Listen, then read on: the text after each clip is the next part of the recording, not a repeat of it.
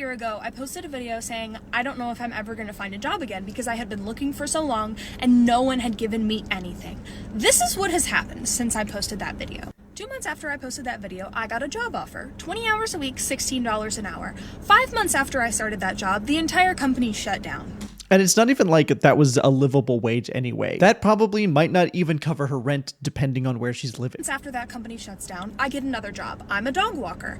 The most they can give me is about $300 of work per week. So I get another job.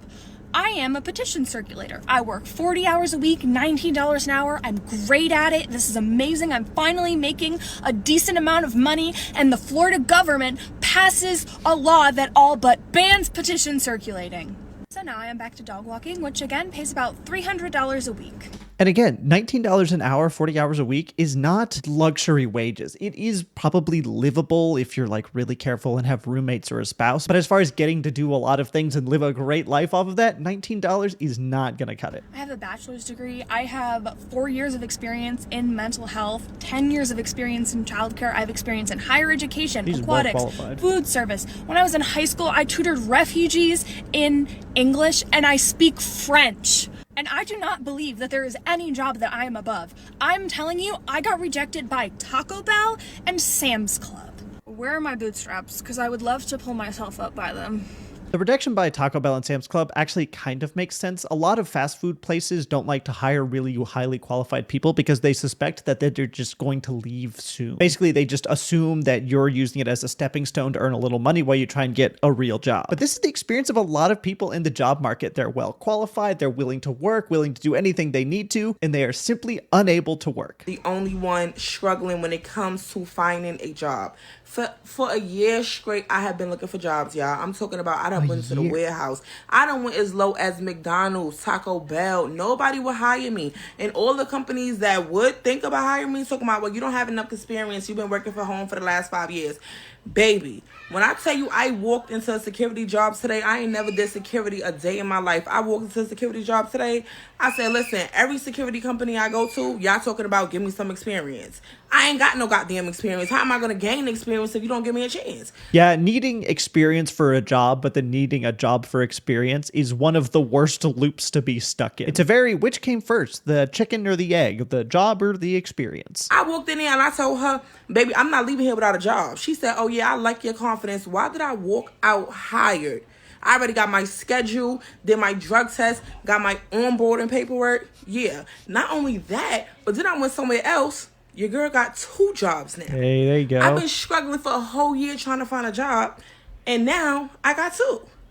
I'm only going to thank God because when I tell you I was praying extra hard, I was praying extra hard. He told me to shut up. Probably the demanding a job helped because it made her stand out from the other candidates. I mean, presumably there's a security job. Lots of people from the area are applying for that. And she was, I'm sure, the only applicant who walked in person and was like, I'm not going to leave until you hire me. So good on her. And historically, the solution to you need experience to get a job and you need a job to get experience has been internships. But those really suck because you're essentially just working for free. Like you're giving everything to the company and you are literally getting nothing back except maybe for a recommendation that says you were able to do the job that you already knew that you were able to do and you have just been doing it for free. I saw this post where it was like, I have a college degree and I'm getting rejected from internships. And I didn't even realize how wild that is because that's what I've been doing. I've been applying to internships, haven't gotten any leads, no interviews, no nothing. To be fair, it's like in an industry where I don't have the degree or like experience, but I also fully have a college degree. And also it's an internship. You're not supposed to have a degree or experience. A lot of college interns are people who are in college. They don't have a degree. Sometimes you get high schoolers that are in internships. So the fact that she has no industry specific college degree and also no experience should be fine. It's an internship. And actually now I do have some experience on my resume too. Still getting fully rejected. Yeah, they're not even considering me. So never thought I would do an internship again also. Like I thought I was done after the summer going into my senior year. I was like, okay, we've done like, how many internships? Like 3-4 internships at this point. Like we've got our resume stacked. We're good to go. Should be able to get a job.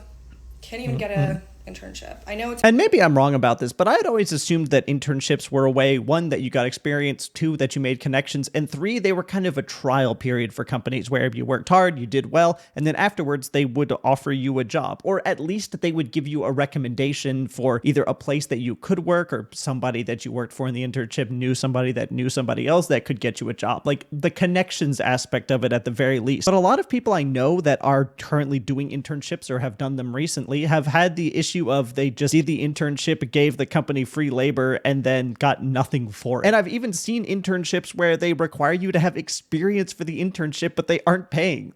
Like, what? it's a career change, but still, like, no, it actually is kind of absurd that I can't get an internship, because internships are usually supposed to be like you don't necessarily have experience, and a lot of the internships I've applied to literally say it like, we're not expecting you to have experience, like you'll learn all of this stuff in the internship. Still getting rejected. And at some point, it does start to hit your self-esteem. Like, you want to work, you want to move on with your life, and like, you can't. Everything is in your way. You're unable to do anything. Like, when you don't have a job and you need one or you really want one, you kind of put your whole life on hold to get that career rolling, and you can't even get in the door. I don't think people realize how dehumanizing this job market is, especially if you're not even looking for a job right now. I've been employed for 6 months now, and I have applied to so many jobs. I can't even count each I've applied to by now. I have tried everything, and people are like, oh, did you try this website? Did you try this one? Yes, I have tried everything. I'm not an idiot. I'm literally just begging for a job. I will literally do anything. Either I'm too qualified, or I'm not qualified enough, or I don't hear back. I've applied to so many jobs where I've gone to the final rounds of interviews. I have invested so much time into them, and either I don't get the job or I just get ghosted completely. And half of these jobs that you apply to have some kind of an extensive exercise, like a take-home assignment that you have to do to prove you're capable of doing the job, and then it takes hours, and then they don't hire you anyway. I had this job back when I was looking for a job that it had 2 rounds of interviews. There was like a phone interview and then a video interview with some other people, and then I had a take-home assignment that took like 3 hours. And bear in mind, this is one of the first jobs I've ever gotten, so I don't know how things work. So I just do the take-home assignment thinking that that's just how all of them work and they'll hire me afterwards. And then after that, I got another couple rounds of interviews, and then I got rejected. And I'm like, I spent like 6 to 8 hours going through all the interviews and assignments that you gave me, and then that's it. It doesn't matter. Not a great experience. I've reached out to so many people to get referrals, to share my information. I've networked like crazy. Having to say yourself every single day, many times a day, it's exhausting only to keep hearing no, no, no, no, no. I get it. I feel like at this point, I'm never gonna get a job. Like, I did everything that I was supposed to do. I went to college, I got my degree from a good school. I grinded at my last jobs. I've had so many achievements in my career development.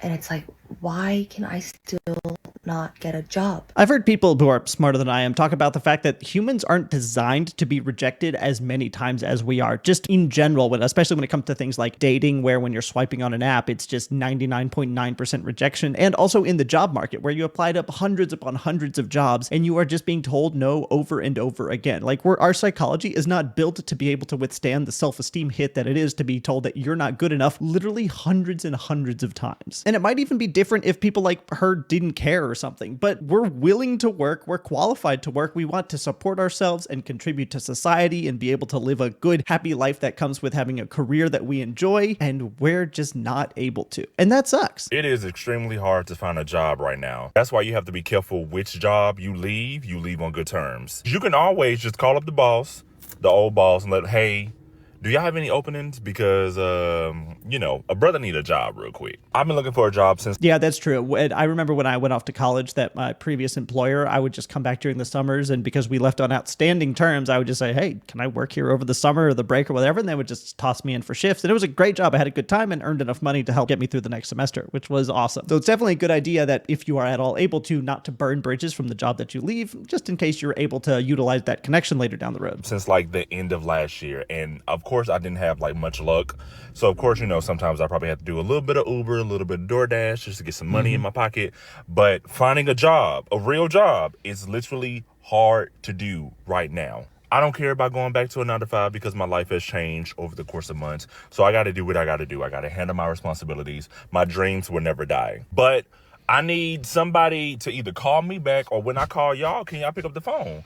And then when I send an email, can you at least send me a follow-up letting me know why I didn't get the position, or at least the position has been filled or something? Like, be considerate. Like, come on now. Like, hearing nothing is definitely worse than hearing a rejection, because at least with the rejection, there's like a sense of finality. You applied, you interviewed, you didn't get it. Okay, fine. Like, that sucks, but that's how it works. But it's like, you applied, you interviewed, and then nothing. Like, do I look for other jobs? Do I hope that this one comes through? Do I keep following up to see if I can try and get my foot back in the door? Like, give me something here. At least if an AI system sends me a rejection email, I got a rejection email and there's the finality of it being done. I'm looking for a job.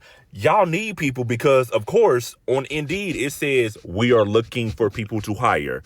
So if you're looking for people to hire, but you're not hiring nobody, or you're not calling nobody, or you're not picking up the phone, why do you have that application up?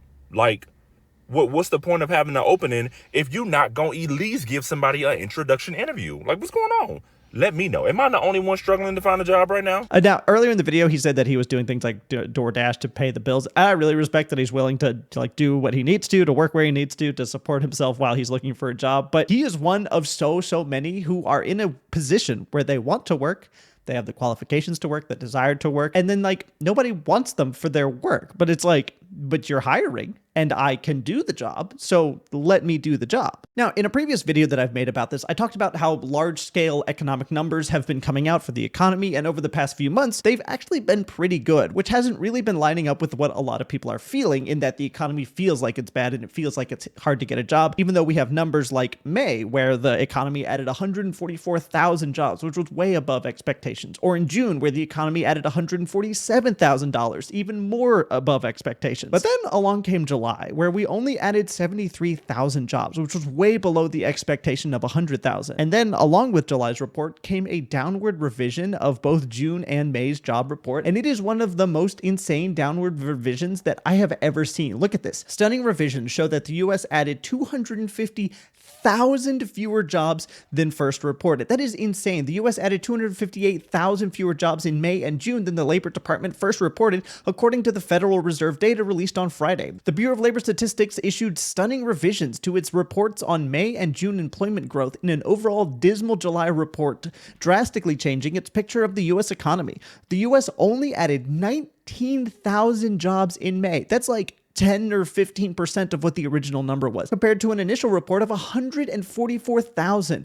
And this gets even worse, only 14,000 jobs were added in June after an initial report of $147,000, according to the BLS. Those two paltry totals, plus a job July gain of 73,000, means that the US added just 106,000 jobs over the past 3 months. And just for a reference point, because, 103,000 kind of doesn't mean anything, that is terrible. That is abysmal. That is some of the worst we have seen since the pandemic. It cannot be overstated how bad these numbers are, but it also lines up with the reality that people have been experiencing, where they see these huge kind of nebulous numbers of 147 and 144,000 jobs added, but they still can't get a job, even though they are willing and waiting and trying so hard to get one. They can't find jobs, the people around them can't find jobs, and yet there are numbers coming out insisting that job growth is booming, until it wasn't, and we see the numbers coming out showing, well, hold on, job growth might not be booming as much as we had originally said. I mean, just look at this chart that CNBC issued. These are the job creation figures for May and June were revised down significantly by more than 250,000. This is what they look like now.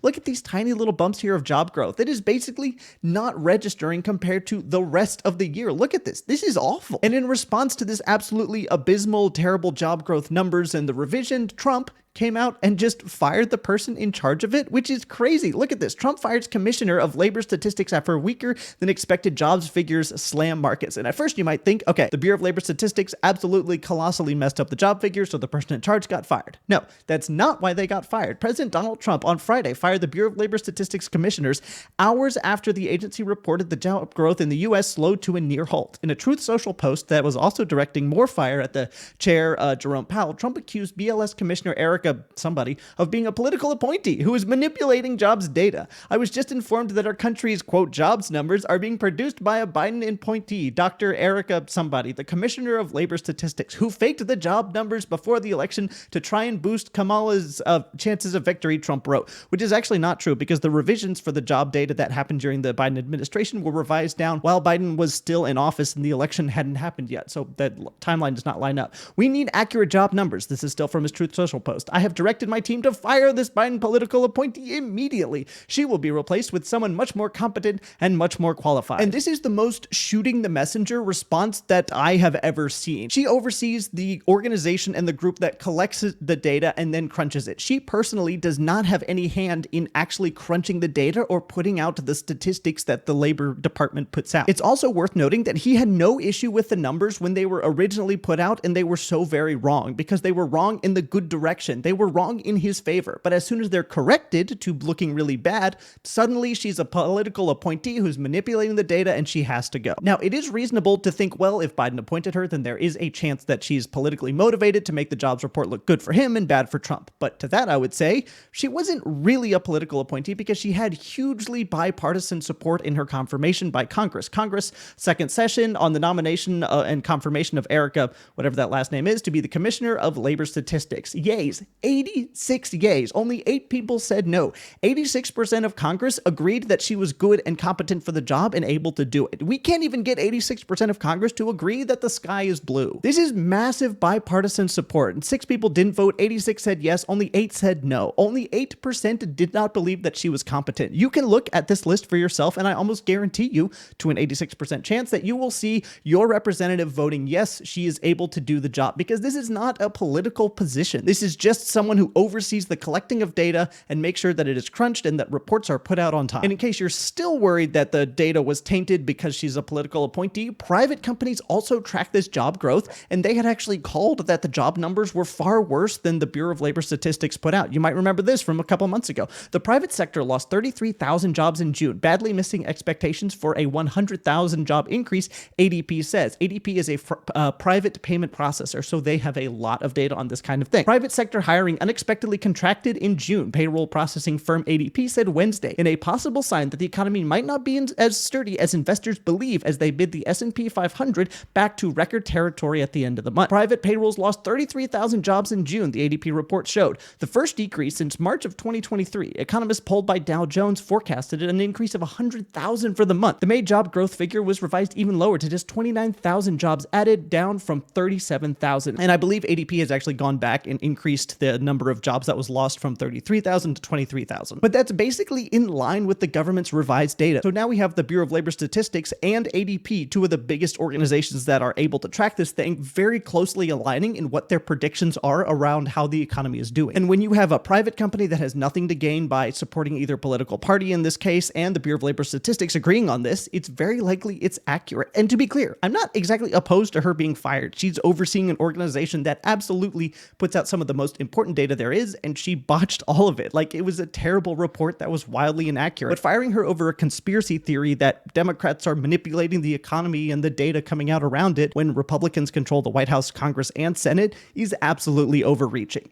Rant over. So I wanted to come on here and talk about something that is really starting to annoy me. So I applied for a job at TJ Maxx a few weeks ago, and they denied my application. They couldn't even call me. They just sent me some automated email. So I went in today and I was like, so what was the reason I didn't get hired? And she was like, oh, like, you just, like, don't have enough experience. There was candidates that had, like, more experience than you. And, you know, I asked her if it was about my tattoos, obviously, because I know a lot of places don't like tattoos. She said that wasn't the reason. I don't feel like that's true, but whatever, I'll leave it at that. So I'm just wondering how, like, teenagers and young adults who haven't had a job before. Look, I think tattoos are cool, but I also understand how they are perceived by employers. And to be fair, I don't think they should be. I don't think anyone should care, but that doesn't change the fact that they are. I also don't think that people should be worried about walking home alone in the middle of the night. But also, if a friend of mine said that he was going to walk home alone in the middle of the night, I would be like, That's a terrible idea. Don't do that. I'll go with you. How things should be and how things are often very different, and we do have to deal with reality. And currently, the reality is that if you have a satanic tattoo very highly visible on you, that employers might not be super amenable to that. It's not you. There are no more jobs. And the few that there are, you're competing with 5 million other people, and you offer up your firstborn and already come with 45 years of experience. Yeah, no, that's true. Every job application that I've ever looked at has always been like, 1,000 other people have already applied, and it's like within 10 minutes of it being posted. It's absolutely absurd out there. I have 2 bachelor's degrees, but I'm currently unemployed and I'm trying to find a job and I'm not able to find a job. Not currently looking for a job right now in today's job market, then you will not understand how actually hard it is to find a decent paying job.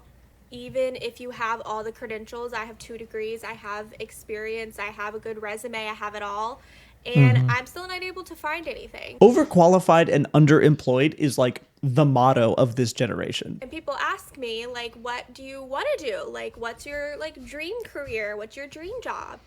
And honestly, I don't have one. My dream career is nepotism, just to be the son of a billionaire that never has to work. I don't dream of working. I don't want to work. It's a bit late for that for me. There's no career or job that I can think of that I would be like, yeah, I would love to do that every single day and spend more of my time there than in my home that I pay a crap ton of money for. Like, they say if you do what you love, then you'll never work a day in your life. But most people, I think, just want something that at the very least they semi-enjoy so they can fund the rest of what they want to do with their lives. Jobs are kind of a necessary evil so that you can do what you want. No, I don't dream of working.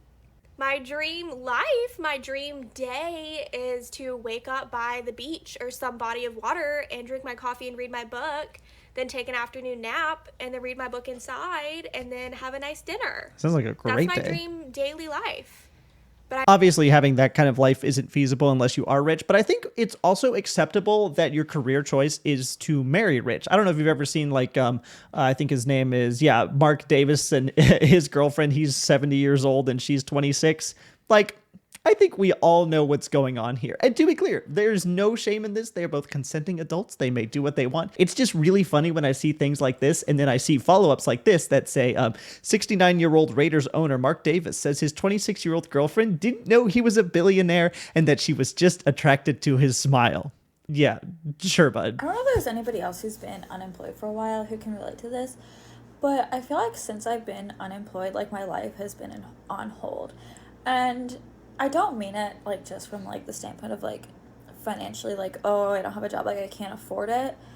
But I feel like I can't do anything until I get a job. Like, I have so many, like, hobbies and things that I want to try. And I, like, tell myself, like, oh, like, once I get a job, I can do it. Like, I get this. There's also anxiety about, like, money is always going out because you got rent, bills, food, groceries, etc., but nothing is coming in. So, like, how can I focus on doing things I enjoy when I know I am actively running out of money every day? It's almost like there's, like, this sense of guilt. Like, I can't enjoy my life unless I have a job. And I know that that's not true. Like, there's so many things, like, beyond working. And you can still, like, do your hobbies even if you're unemployed. But I just feel like I almost, like, can't enjoy my life until I get a job. Like, I have to get a job in order to enjoy life. And I don't know if I'm the only one who feels like that. We're going to look at the comments here, but I'm pretty sure she's not. The best description I heard was that being unemployed feels like you can't participate in life. Absolutely, and does. Unemployed for 2 months, and I feel guilty simply for existing. Our society has placed 90% of our worth on our occupation, which is absolutely sickening. Oh, yeah, that's true. One of the first things you do when you talk to someone is you say, oh, what do you do? And if you say, I don't work, I mean, that just sounds bad. Just kind of a societal loss of respect, even though that absolutely shouldn't be the case. Friends don't get it. Like, I don't want to be antisocial, but I can't help being severely depressed. Yep, I can't go out with friends, go to concerts, coffee shops, hobbies. I can't even date because trying to explain why I'm unemployed is a whole thing. It's also, like, life costs money. If you want to do things, you have to have a job to fund doing those things. And if you don't have a job to do that, well, then you can't do those things. And if you do those things, well, then you feel guilty for doing it because you don't have any money coming in. So that's people's experience with the job market, a little bit of statistical revision from the Bureau of Labor Statistics to spice things up, and then a small rant from me because I'm frustrated with that. Thanks for watching.